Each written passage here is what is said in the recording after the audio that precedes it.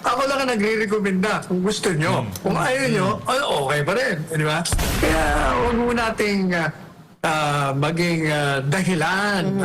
Boto namin niya kasi in-endorse ni Inday o in-endorse ni Robin. Tayo ay isang ayon dyan sa sinasabi na yan, itong si Atty. Salvador Panielo. Kaya naman, suportahan nun natin itong mga kandidato nitong si dating Pangulong Rodrigo Duterte. Kung musta ho kayo lahat dyan mga kababayan, welcome back sa PH Update. Muli ho tayo nagbabalik sa panibagong reaction video. Kung bago lang ho kayo dito, isang like at isang subscribe. Masaya na ho tayo dyan sa mga gusto sumali sa ating community. Yung join button, nandyan lang ho sa baba. Dito sa video na to, pag-uusapan ho natin ang reaksyon nitong si Atty. Salvador Panielo kaugnay dyan sa pag-i-endorso nitong si Vice President Sara Duterte dito kay Amy Marcos. At kung ano nga ba ang kailangan gawin ng mga Pilipino sa mga susunod na panahon kung gusto nating makakita ng tunay na pagbabago, ipapaliwanag ho yan nitong ali sa likod natin, itong si Ma'am Sas Rogando Sasot.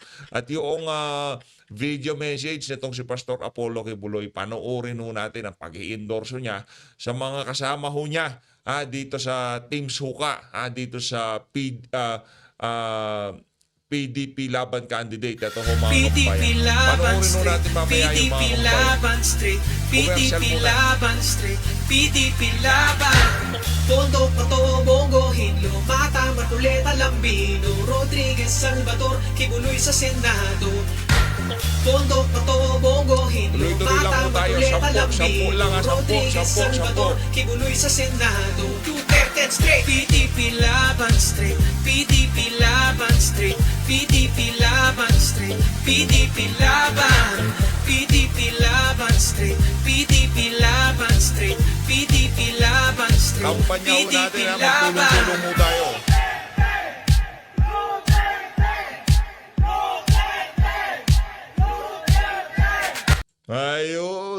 Ayun na nga mga kababayan, tuloy-tuloy lang ho tayo sa pangangampanya sa mga kandidato nitong si dating Pangulong Rodrigo Duterte. Kumbaga, yun na lang ho ang ating regalo sa kanya doon sa nakaraang birthday niya. Yung kampanya ho natin ng Duterte, nga pakita ho natin dito sa mga umapi dito kay dating Pangulong Rodrigo Duterte na ang kahit nasa Netherlands si Tatay Digong, yung kamandag niya naiwan pa rin sa Pilipinas. Ito mga kababayan, umpisahan ho natin ang ating talakayan dito kay Atty. Salvador Panielo. Panoorin ho natin ito mga kababayan. Makakatulong. Iyon. Mabuti kung Pastor Kibuloy yan. Alam na natin. Sure tayo Yung yan. mga iba, balat kayo pala. Magaling talaga magbalat kayo eh. Balat kayo no? Kaya yan ang problema. Kaya palagi ko sinasabi yan, maging mapanuri ngayon. Don't go just like ang problema sa atin, masyado tayo emotional. Hindi ko pwede mission dito. Nag-comment ka na ba, Atty. Sal? Doon sa endorsement ni VP Inday kay Senator Amy, kay Senator candidate Camille Villar. Hindi ko alam yung totoo. Hindi ko pa nakita yun. Yesterday, In-endorse niya. mga 5 o'clock in the afternoon, na-launch sa kanilang mga pages, sina Senator Amy, VP Sara, na that the Vice President is endorsing Senator Amy for Sa kanila bang account yan o sa account ni BP Sara? kay Senator Amy and VP Inday, if I'm not mistaken. Hindi, kailangan manggaling kay BP Sara account. Kung galing lang sa kanila yan, ibang usapan yan. Hindi ka pa nakakasiguro. So kahit Hindi ka nandun pa siya sa nakakasiguro. video, pag hindi sa account niya, hindi ka pa maniniwala. But even then, even kahit tayo in-endorse, ano sabi, I will go back to what she originally said. Not because si Duterte yan, bubutuhan nyo.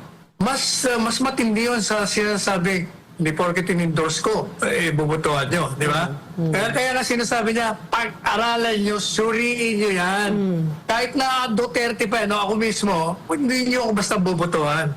So, yung endorsement niya, alam mo, there are many ways of being friendly and good to others. Aha. Pag kayo talaga mabait at lumapit sa'yo, hindi mo matatanggihan. Natural lang yun. So are you serious? Just a friendly gesture? Hindi. Ito nga sila, as a general rule, ha? Okay. Kasi ako hindi. Purist ako eh. Okay. Kahit kaibigan kita, kahit nakapatid kita, kung talaga sa tingin ko hindi ka po pwede, hindi kita endorse. Aha. Purista ako, hindi ako politiko eh. Pero yung mga politiko, at yung kahit na hindi politiko, pag masyadong mabait, na ayaw kang hiyain, pagbibigyan ka. Pero kasi nasa likod din nun, hindi porket in-endorse ko yan, tatanggapin nyo agad, yayakapin. Pag-alan nyo pa rin. Dahil kayo Lalo na, ano yan, yung kay Senator Amy Marcos, hindi, yan yung mensahe, hindi porket in-endorse yan ni VP Sara, kailangan pag-aral. Pero itong 10 ho na to, ibang usapan ho ito. Ika nga, bago umalis si Tatay Digong sa Pilipinas, ibinili niya na ho ito sa mga taga-suporta niya. Pagka si dating Pangulong Rodrigo Duterte ang nag-endorso, wala ho siya sa Malacanang. Wala ho siya sa hindi yung sitwasyon na pag-i-endorso niya nung pangulo siya at ang pag-i-endorso niya ngayon bilang isang civilian dalawang magkaibang bagay ho yan. Pagka yung mga individual na yan nagpa-endorso sa kanya gayong hindi na siya presidente wala na siya sa kapangyarihan. At talagang pinili pa rin nila na samahan itong si dating Pangulong Rodrigo Duterte dito sa laban na to. Sa laban sa korupsyon, laban sa mga kabagagan ng administrasyon. Meron hong ibig sabihin yan. Pag napasama ang pangalan nyo dito sa mga kandidato na to, itong sa Duterte na to, iba hong ibig sabihin yan. Talagang meron kayong gustong patunayan. Talagang meron kayong gustong mangyari sa ating bansa. Yun ho yun. Kasi pagka presidente si Tatay Digong nung mga panahon na yun, pati lahat na lang gusto magpataas ng kamay sa kanya kasi presidente siya. Gayon din ang nangyayari dito kay Marcos Jr. Pero pagka hindi na siya presidente at patuloy pa rin itong mga individual na to, hindi siya iniwan at patuloy pa rin siyang sinamahan kung anong laban ang laban nitong si dating Pangulong Rodrigo Duterte, dapat ho natin pagkatiwalaan itong 10 na to. Pero yung dalawa na yun dito kay Camille, dito kay Senator Amy, nasa sa inyo ho yun. Pero priority, tama ho ang sinabi nitong si Attorney Jimmy Bondo. As much as possible, focus ho tayo dito sa 10 na to. Kung meron kayong gustong idagdag na dalawa, hindi para sa atin at pagtalon-talunan pa yan kung sino yung dadagdag natin. Focus ho tayo dito sa 10. Wala nang maraming cheche-bureche. Dito lang sa 10. Iboto natin yung 10. Ngayon, bahala na kayo. Kung gusto nyo makipagsabunutan dyan sa dalawa na yan, nasa sa inyo yan. Pero iboto nyo tong 10, okay na tayo doon. Wala na ho tayong problema doon. Iboto nyo tong 10 nitong si dating Pangulong Rodrigo Duterte. Ngayon doon sa dalawa na yon, siguro hindi naman kalabisan kung sinong gusto nyo piliin. Bahala na ho kayo. Pero X lang ho yung isa dyan, si Amy Marcos. Yun talaga hindi ho pwede. Dahil ho yun, ika nga, below the belt na yun pagka binoto nyo pa yun. Diba? Yun, paulit-ulit lang. Linoko na tayo nung una, magpapaloko na naman tayo. Hindi ho ganun ng pagka ganun ang mentality natin bilang Pilipino. Kung impeachment lang ho iniisip natin, priority natin yun kasi wala na tayong pag-uusapang 2028 pag nawala itong si Vice President Sara Duterte. Tama, mali. Maniwala ho kayo mga kababayan, itong 10 na to, sabihin ko sa inyo, malaki ho ang magiging impact nitong 10 na to pagka nakapunta sila sa Senado. Kung yung approval at trust rating nitong si Vice President Sara Duterte napakataas, nagtitiwala kayo sa kanya. Kung nagtitiwala ho kayo kay VP Sara dun sa approval at trust rating niya, iboto nyo ho itong 10 na to. Kasi pag nagkataon, wala na tayong pag-uusapang 2028 dito. Pagka hindi nanalo tong 10 na to. Ngayon, pagka nanalo si Amy Marcos, natalo tong 10 natin na to, malaki yung problema natin dyan. Ano bang gagawin nung isa na yon sa Senado? Ano bang gagawin nyo?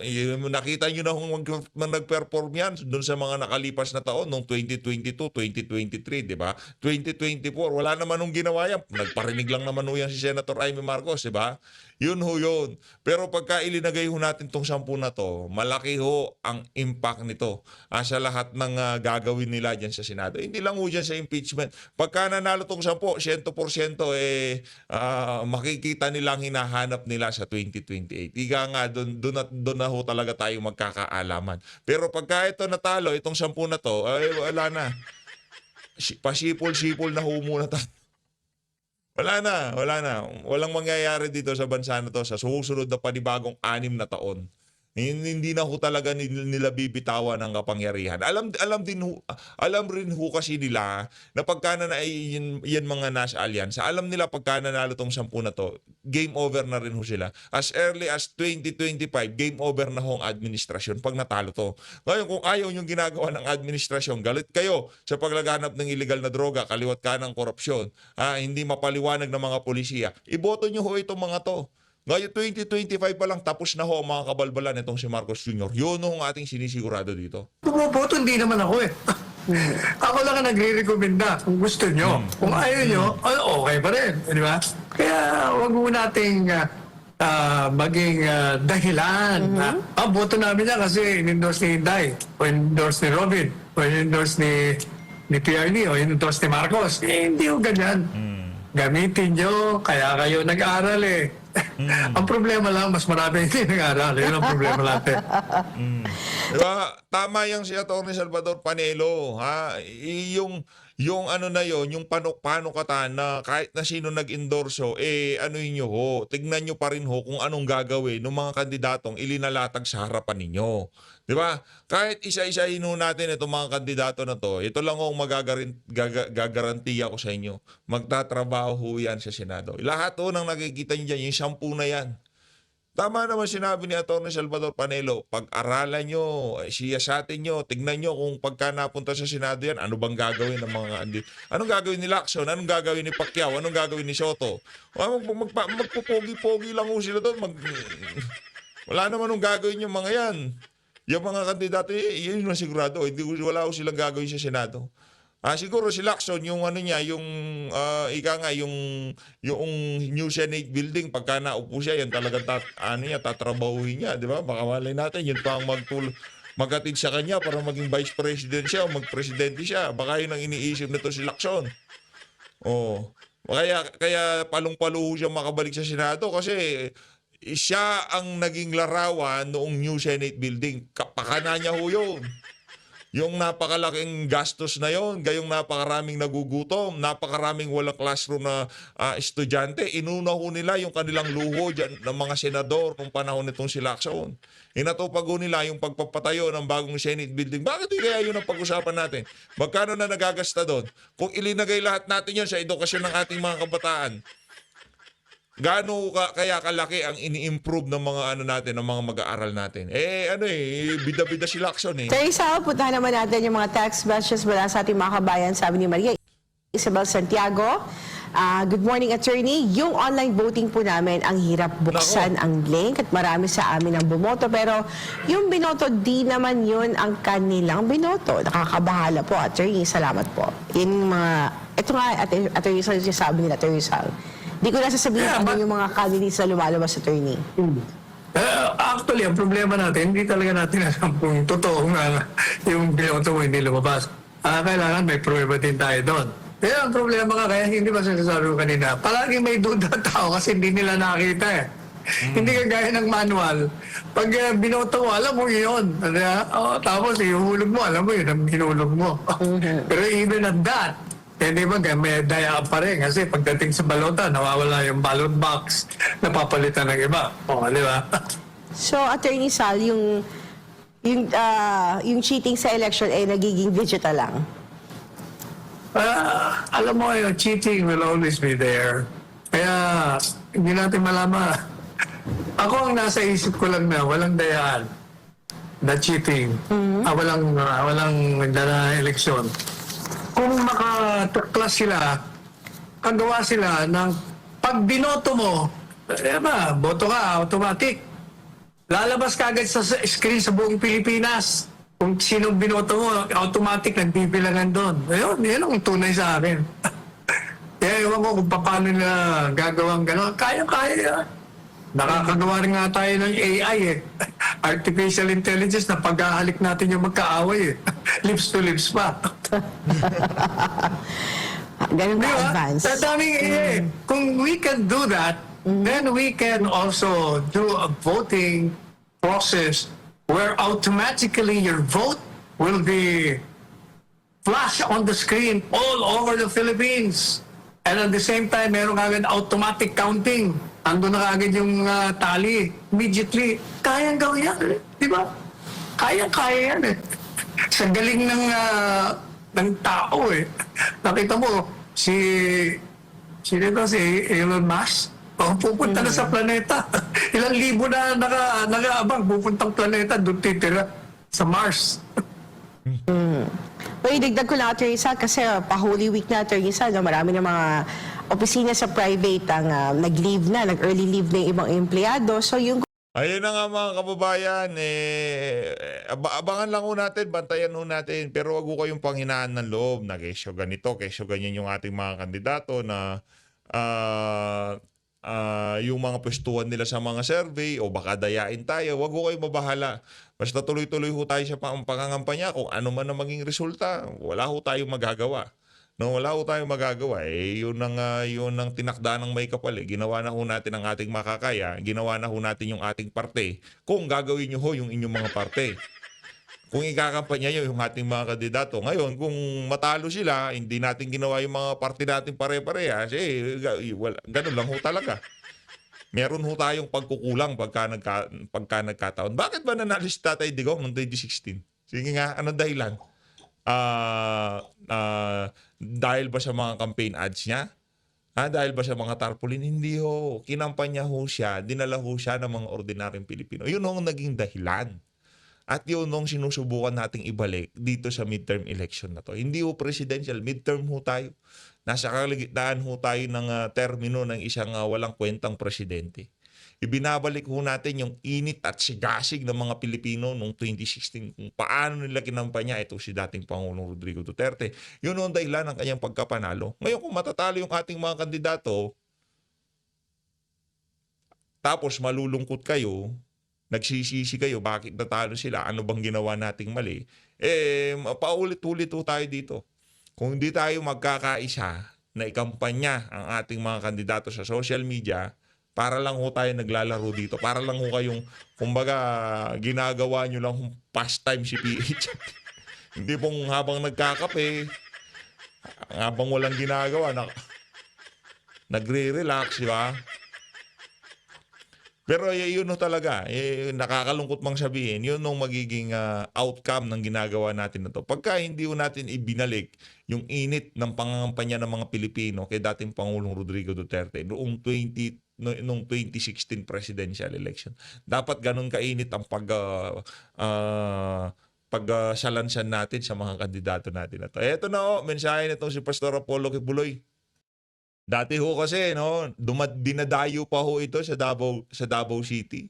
Pinupuntahan pa ho yan si Pastor Apollo Kibuloy. Yan si Gloria, yan si Villar, yan sila Marcos Jr., si Amy Marcos. Lahat ho ng mga politiko, pinupuntahan ho yan noon. Noong mga panahon na kailangan nila yung KOJC. Dahil ano nga naman ho yan, isa ho sa malaki ho ang kongregasyon niya sa Davao. Pinupuntahan ho siya. Kaya naman, napakalaga ho nitong endorsement na to, nitong si Pastor Apollo Kibuloy sa ating mga kandidato. Dito sa kanyang mga kasama, dito sa Duterte. Ito ho ang pag-i-endorso nitong si Pastor Apollo Kibuloy. Akala nyo hindi makakapag-endorso itong si Pastor. Ito, panoorin ho natin itong mga kababayan. Kung mahal ninyo si Vice President. Kaya vote straight PDP laban. Bakit po vote straight PDP laban? Para tuloy-tuloy po ang aming mga advokasya. Walang kokontra, walang kakalaban. Kami pong lahat ng kakaisa riyan. Pagkatapos, siguridad pa rin ito ng ating Vice President na pinaginitan ng mabuti. Kita ninyo, ini-impeach ang isang Vice President sa mga unfounded na mga akusasyon tulad ng intelligence funds, samantalang billion, trillion ang nilulustay ng mga nasa kapangyarihan. Wala namang mga pagtawag sa Kongreso upang ito'y imbestigahan.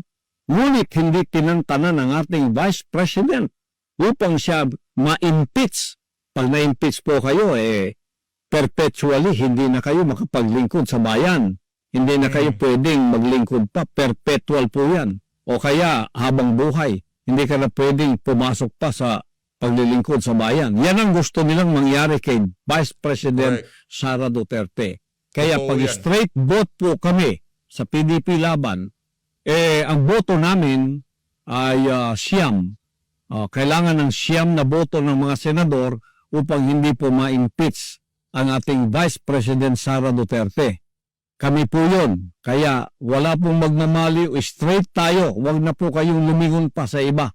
Correct. Straight tayo. Kung mahal ninyo si Vice President Sara Duterte, straight po ang ating pagboto. Sahin, itong si Pastor Apollo Kibuloy ang dahilan kung bakit kailangan ho nating straight vote PDP dahil pag nagkataon, natsambahan ho tayo dito sa election na to, wala na ho tayong pag-uusapang 2028 presidential election. Wala na ho. Wala na eh. Paano patatakbo si VP?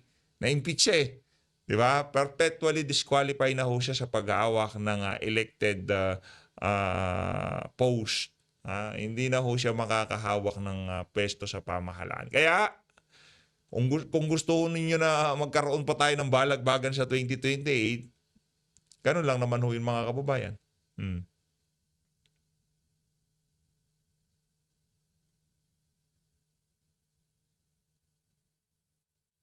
Ito, tuloy natin kay Ma'am Sasurgando Sasot. Meron lang ho tayong tinignan. Ako hindi ko na dadama yung air pollution. Siguro noon, noon naman talaga meron kasi dati, 'di ba? Sabi niya yung mga tao daw dito, so sobrang polluted ng air. Dura sila ng dura sa daan. Yeah, Wala na ako nakikita And, ng dumudura sa daan. And yung ano ba, hindi na the parang what's this, when you take a picture, hindi na siya cool, yung parang hindi na hazy, hindi na yellow. Kasi ganyan yung quality ng pictures namin before eh. Parang yellow, iba na ngayon. parang merong yellow background. Iba na ngayon. It's malayo-malayo na yun dun sa nakaraan. Okay. Okay. Anything else? Okay. That's it, girl. And I wish you all the best. And my prayer and my hope for you is sana maging independent contractor ka ni Sarah. Yun lang. Pag gusto ng military. Ganun lang. Okay. Oh, Bye. okay. Thank you, girl. Bye. Bye. Okay, ang ating next ay si Harich. Harich? Hello, Harich. Hi, Miss Sas. Oh, hello. Naririnig niyo po ako? Yes. Welcome to Up Close and Personal with Sas Rogando Saso. Thank you. Follower niyo po ako since 2016. Nako, 2016. Kasabay tayo doon. Nasa Saudi po ako before that time. Tapos share ko lang. Hindi ko pa kilala nung si Duterte. Actually, curious lang ako sa kanya kasi yung mga Pakistani doon, Bengali, even the Saudis, they are introducing Duterte. Tapos, binentahan ako ng cut. Ganun. Tapos, nung na-hook na ako dun sa kay Duterte, dun na ako nagsimula nag-follow siya. Kasi yung mga ideas na pinopost mo, parang bago sa utak, gano'n. Tapos ang question ko is, regular na ba yung up close and personal? Like, yung kay Atty. Ro. Wala lang, gusto ko lang, naisipan ko lang ngayong gabing ito. Tapos yung next question ko po, ano pa yung mga gusto niyo gawin sa buhay? Ngayon, nakafocus ako sa aking PhD. So, I wanna pursue it. Ganun lang. Yun lang ang gusto ko gawin sa buhay ko. Right now, is gawin ang aking itinakdang gawin ng naaayon sa aking gustong i-pursue na scholarly topic. Ganun lang kasimple. Wala na akong kahilingan sa buhay because naranasan ko ng lahat ng naranasan ko sa buhay. So, ngayon ito lang talaga ang gusto kong focus. Tapos, for example, alam naman namin na nung time ni President Rodrigo Duterte, parang may mga inaalok sa position. I don't know kung totoo yun o hindi. How about for example, sa 2028 at manalo si Sara. Kung yari lang, kahit ayaw mo, anong gusto mong cabinet position? Wala talaga. Hmm. Sorry. Yan ang maganda kay Sas, sa totoo lang. Kasi hindi niya naman kailangan malagay sa pamahalaan para ano, 'di ba? Para mas okay nga na wala siya sa ano, sa gobyerno eh. Kasi lahat pagka kasi nasa gobyerno ka, kagaya ng mga cabinet secretary, hindi na sila nakakapagsalita ng kung ano nangyayari sa ahensya nila. Dapat lahat ng ginagawa nila very good. Lahat ng ginagawa nila hindi sila makakapuna kung ano man ang kabalbalan ng administrasyon. Ngayon, dito sa estado ng bansa natin na to, kailangan ho natin ng isang sastrogando saso. Sa totoo lang ha, kagaya nito, kailangan natin ng Joey Cruz, kailangan natin ng Banat Bay, kailangan ho natin ng Attorney Trixie Cruz Angeles, kay PH Update, marami naman dyan mga vlogger. Diba? Ano lang naman ho tayo dito, si Zero lang ho tayo. Pero yun talaga yung mga nabanggit natin malulupit ho yung mga yan. Mga third floor studio, EB Hugalbot, yan ho talaga magagaling. Yan ho talaga mga ika nga iniidolo ho natin. Mahuhusay ho ng mga vlogger yan. Tsaka pagka sumalansan ho yan, talagang lahat ng side ng paksa na tinatalakay nila talagang pinag-aaralan ho nila ng maigi. Kaya talagang iniidolo ho natin yung mga yan. Kahit sa mga, for example, Like asking, education. it's like asking me to drive a car among bad choices. Wala talaga. It's the Philippines need a systems overhauling. Like systems overhaul. That has been my position for a very, very long time. So, that's my position. It needs a systems overhaul. Reset. You need to reset it. Ganun lang kasimple yun. So, Yan, kung makita galing na ho yan mismo sa iniidolo ng karamihan, pinapakinggan ng napakarami nating mga kasama dito sa PH Update. Ang kailangan ho natin talaga dito, reset. Kailangan ho natin na system overhaul. Kailangan ho nating ayusin ang sistema. Kasi paulit-ulit ho tayo dito sa PH Update, kahit 1,000 Duterte pa ang magkaroon tayo. Isang presidenting bangag lang ho ang katapat niyan. Lahat ng ginawa ng isang Duterte, itataob ho lahat ng isang bangag na kagaya ni Marcos Jr. mo ko dyan, biglang, ay bakit si Sas nandyan na? O di parang, ako engot? Sabi ko nga, systems overhaul. You cannot do systems overhaul if you're going to keep the same system by perpetuating it. That is idiotic. Parang systems overhaul. Ganun lang. Ano ba to? If you don't do systems overhaul, kahit sino pa ilagay mo dyan, maybe they will achieve a little and then pagkatapos nila, babalentong ili sa dati. Ganun lang. Kaya nga, systems overhaul. Kailangan talaga itong drastic change, spring cleaning, purge, and a complete overhaul. Parang paglilinis ng bahay, kailangan talaga nito ng general cleaning. General cleaning, yun general cleaning. Yun ang kailangan natin dito sa dito sa bansa na to. Itong bulok na sistema na to, sa kahit anumang kaparaan nila gagawin yan, nila yung babaguhin nila yung ating saligang batas. Ano man yan, yung kagaya ng gusto mangyari nitong si Tamba, People's Initiative silang yung magkaroon ng CONAS, CONCON. Basta kailangan natin na baguhin itong bulok na sistema na to. Meron naman nung kaparaanan. Ang kailangan lang talaga, political will. Si Tatay Digong nga ho kasi, hindi ho niya itinulak talaga. Kasi ayaw niya hong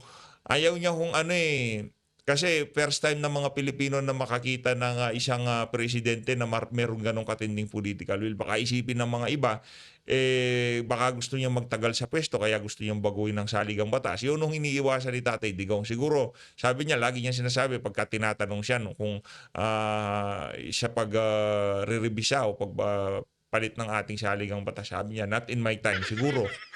Sa mga susunod na panahon siguro sa panahon ni VP Sara, hindi ko natin alam. Pero ang tanong dito, kailangan na ba? Wala na ho, sobrang outdated na itong 1987 Constitution. Yung mga kailangan, dapat payamanin ng saligang batas na to, ay mayayaman na ho silang lahat. Sino yung mga yon? Mga politiko, mga kaibigan nila, mga elitista, mga mayayaman. Sila lang ho talaga yung nakinabang dito sa saligang batas na to. Merong karapatan, merong naprotektahan ang karapatan ng mga ordinaryong Pilipino. Pero karapatan din naman ng mga Pilipino na magkaroon ng parehas na oportunidad. Karapatan ng mga Pilipino na magkaroon ng dekalidad na edukasyon. Iyon ho, hindi nabibigay sa atin ng ating kasalukuyang saligang batas. So ano kailangan natin gawin? I-retain pa rin natin to sa kabila ng mga kapalpakang nakikita natin. Sa napakahabang panahon, paulit-ulit po tayong pinagtataksilan. Paulit-ulit po tayong binibigo nitong saligang batas na to sa iba't ibang aspeto ng pamumuhay sa ating bansa. Iba't ibang aspeto ng pamahalaan. Talagang bigong-bigo ho tayo lalo na sa pag-upo ng bangag na presidente na to. Tayo ay sangayon na 10,000% na magkaroon ng system overhaul. Palitan ho natin itong bulok na sistema na to. Meron hong legal na paraan, ha? Merong legal na paraan at merong illegal na paraan.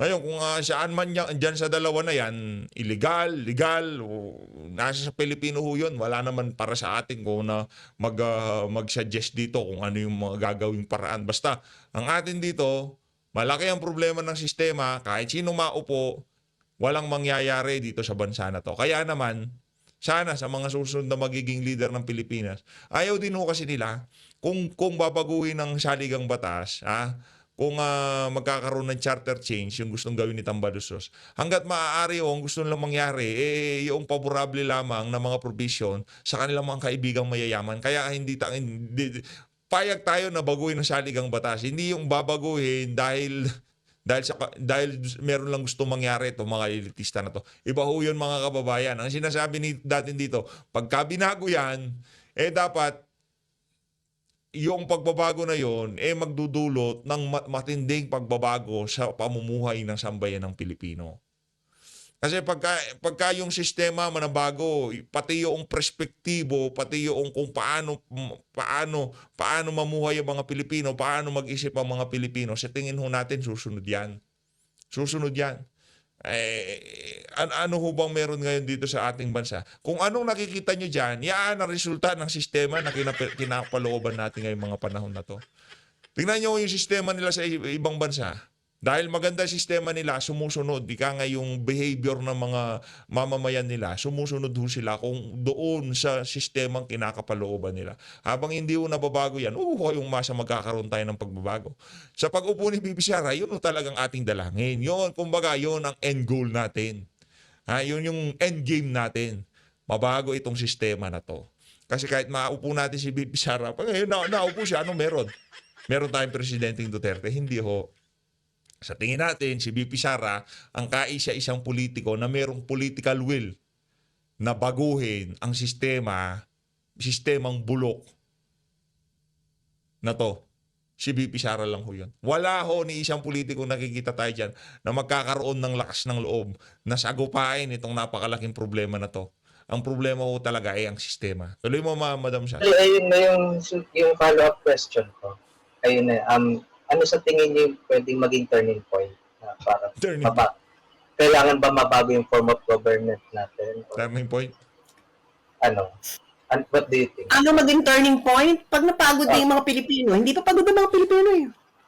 Tama. Pag umabot na, matagal mapagod ang mga Pilipino para magkaisa sila. Kita mo yung colonialism. It took them 300 years para magkaroon ng bonggang-bonggang revolusyon. It took them 300 years.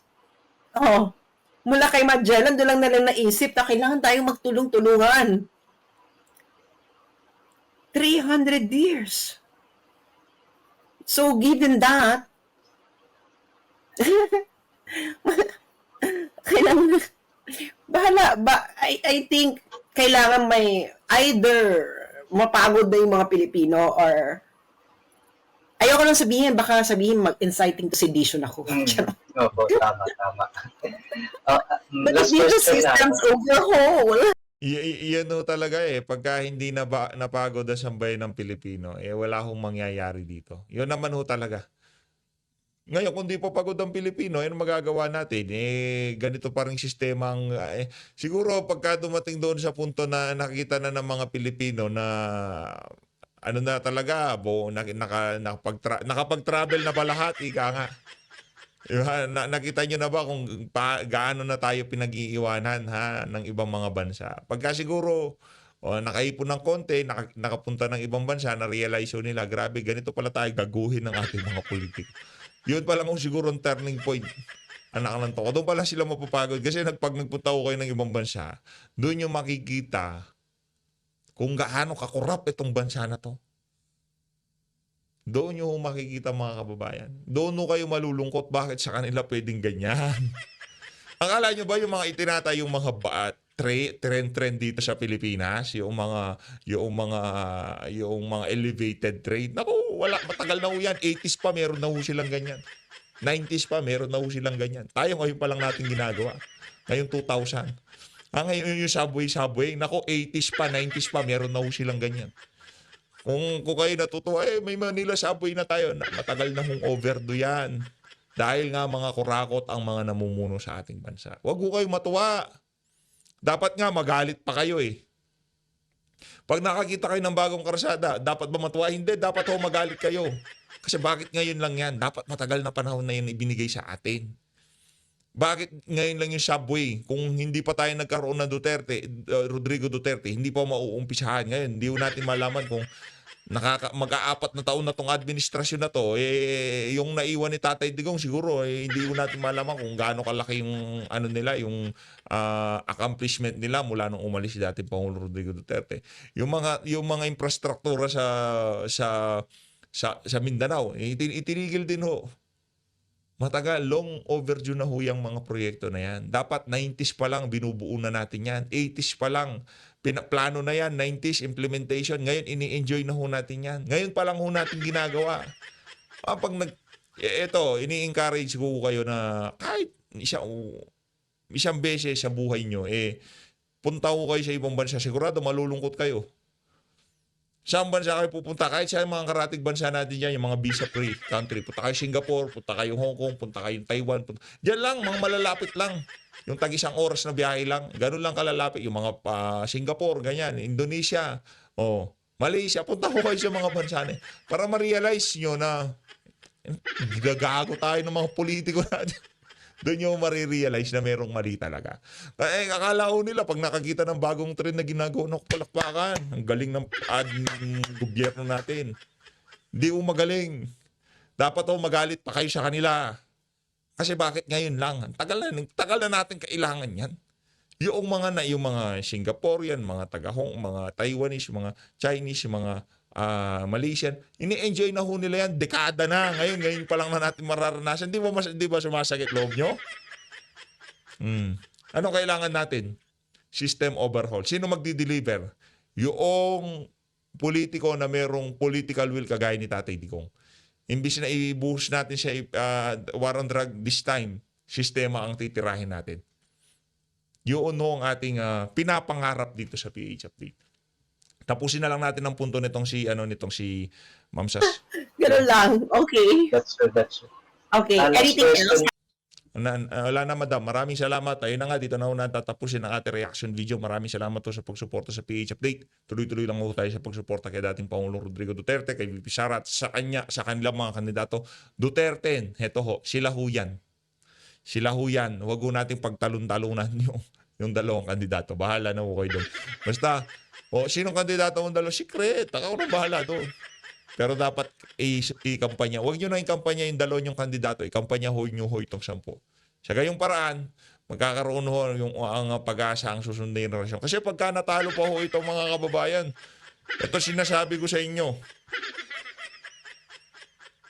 GG na, ika nga. Pati kay PH Update, GG na ho tayo. Wala na. Ano pa gagawin natin dito? Ano pa gagawin natin? Hindi ho ano yun. Wala na ho. Pagka si VP natalo tong 10 na to, natanggal si VP bilang Vice President, kailangan ho nating i-assess ang ating mga susunod na plano sa ating mga buhay-buhay. Kailangan na ho nating i-assess yung for long term. Pero pagka nanalo si VP, tuloy-tuloy ho tayo.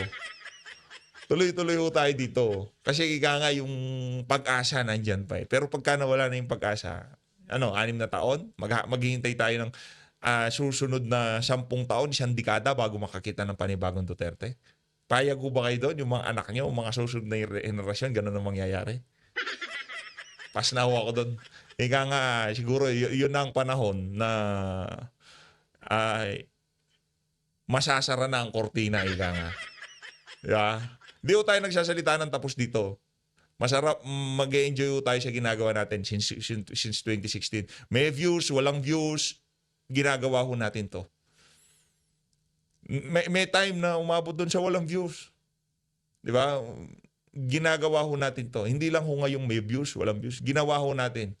Kaya kung ano man ang mangyari, siguro dala na rin ho ng pagkapagod kung sakaling magpahinga tayo ng konti sa mga susunod na panahon, lalo na pagka natalo tong 10. Nakapasok dyan, 2, 3. Tingnan natin kung ano magiging resulta ng impeachment. Pagkatapos noon, tingnan mo natin kung decision natin sa mga buhay-buhay natin, ayusin natin. Maraming salamat po mga kababayan. Mag-ingat po kayo lahat. Mahal natin ng Pilipinas.